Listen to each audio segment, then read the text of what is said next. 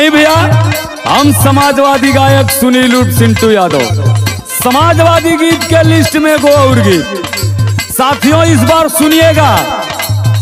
ये गीत पुरानी है, वर्जन नया है, खाली आपके काने तक ये गीत पहुंचली है, आपके घर तक ये गीत पहुंचली है। गीत पुरानी है, वर्जन नया है, खाली जमाना के हिसाब से। चमत्कारी बाबा का चमत्कार हम भी सीखे हैं, थोड़ा सा चमत्कार सुनिएगा। क्या कैसन बा जमाना, ई कैसन सरकार बा, अरे देखला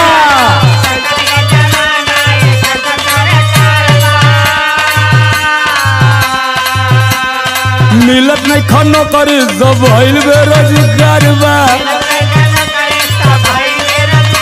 केहू के नौकरी ना मिली।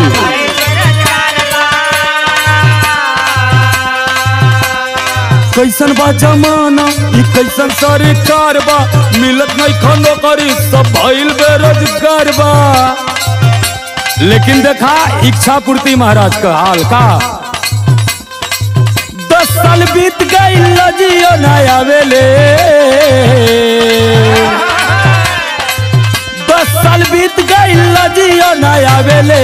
हाउ देखा हाउ देखा, एगो बेचे देश एगो साढ़े छोड़वावेले, एगो बेचे देश एगो, अरे पूरा देशवा लूट ले हला राजा।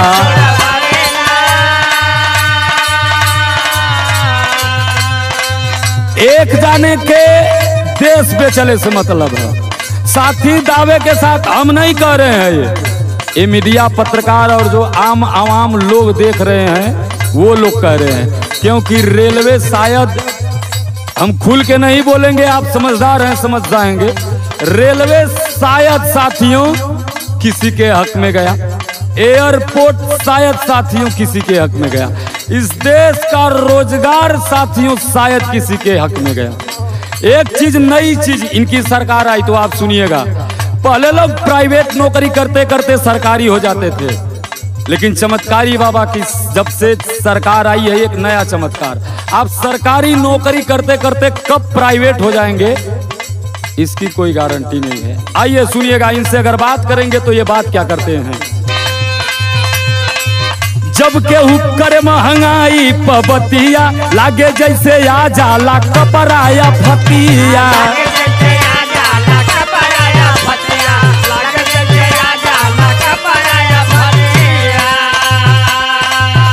और साथियों एक नया जवाब, बहुत दिन से करेजा में ये बात दबा के रखले रही। आजमगढ़ का उत्तर प्रदेश में एगो आजमगढ़ जिला पड़ेला, जहाँ का रहे वाला हम ही, हमरे जिला का सांसद आदरणीय बड़े भैया दिनेश लाल यादव उर्फ निरहुआ जी हैं।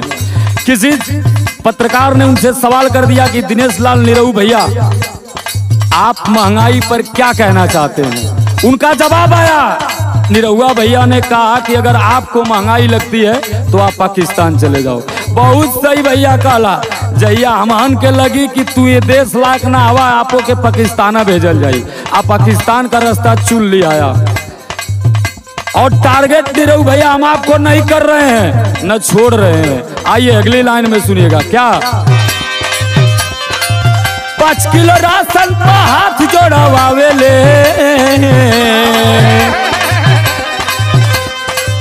5 किलो राशन दे के पूरे भारत देश के अमीर बना दे हलना साहब। कैसे 5 किलो राशन पर हाथ जोड़वावेले, हाउ देखा हाउ देखा, एगो बेचे देश एगो साड़ी छोड़वावेले, एगो बेचे देश एगो,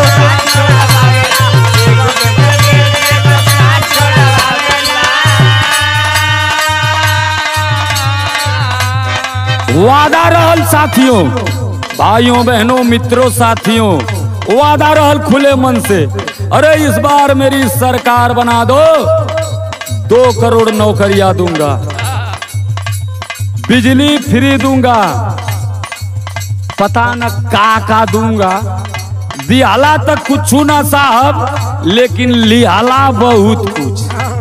जवन कहले रहला उ दिहाला ना, लेकिन जवन ना कहले रहला उ ले लेला। आवा ही देश का जनता सवाल करत है, प्रदेश का 2 करोड़ वादा रहे एक को नया आइल, 2 करोड़ कौने का वादा रहा नौकरी का, समझिया लोग का 2 करोड़ वादा रहा एक को नया आइल, देश हमारा आगे जाता ई सुनाइल, अरे पूरा आगे जाता हो।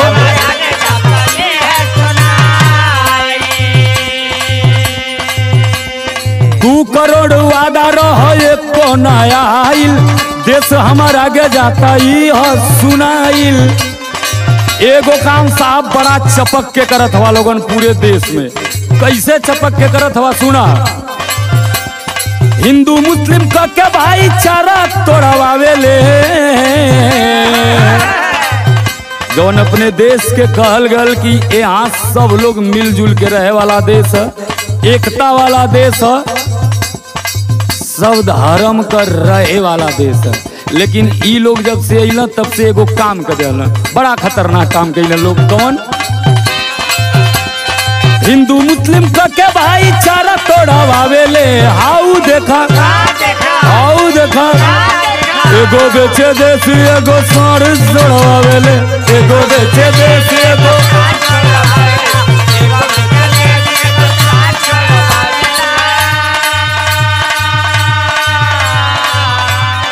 अच्छा साथियों, मीडिया द्वारा हमने देखा है, मीडिया द्वारा हमने देखा है, अगर कोई नौजवान युवक किसी पत्रकार से सवाल कर दे कि नौकरी, हम पढ़े लिखे हैं, नौकरी क्यों नहीं मिल रही है, तो समझिए आज की पत्रकारिता सिर्फ पत्रकारिता नहीं बची, न्यायालय हो गई है। वो तुरंत जगह पे आपको न्याय करके देगी, पत्रकारिता नहीं करेगी। कितना तक पढ़े हैं, कहाँ पढ़े हैं, कहाँ का नौकरी चाहिए।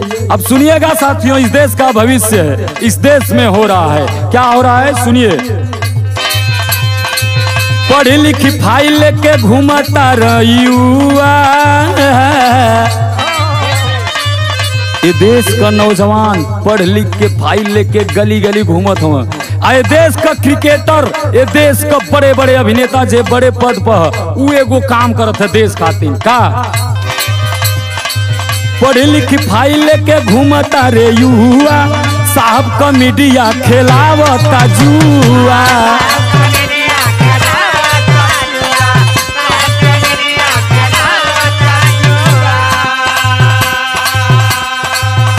ये साहब का मीडिया जुआ खिलावत है, कैसे। ये देश का बहुत बड़ा एक थे मानल जाता भारत देश का गौरव अमिताभ बच्चन जी, वो आवत हुआ IPL खेलिए 120 रुपया लगाइए, रातों रात 2 करोड़ के मालिक हो जाइए।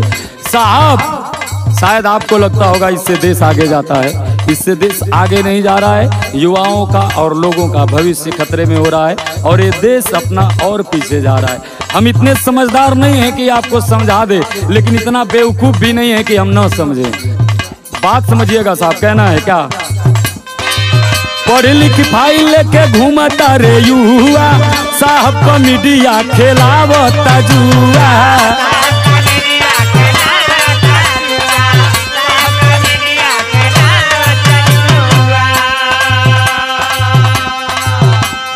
सिंटू शैलेश मनु गीतिया के गावेले,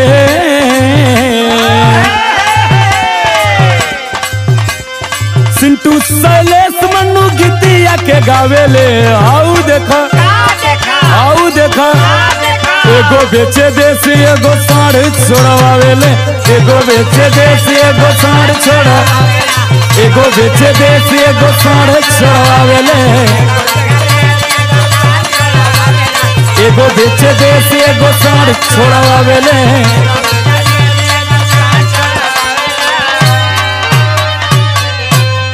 साढ़ छोड़ा किसानन का भलाई होती है।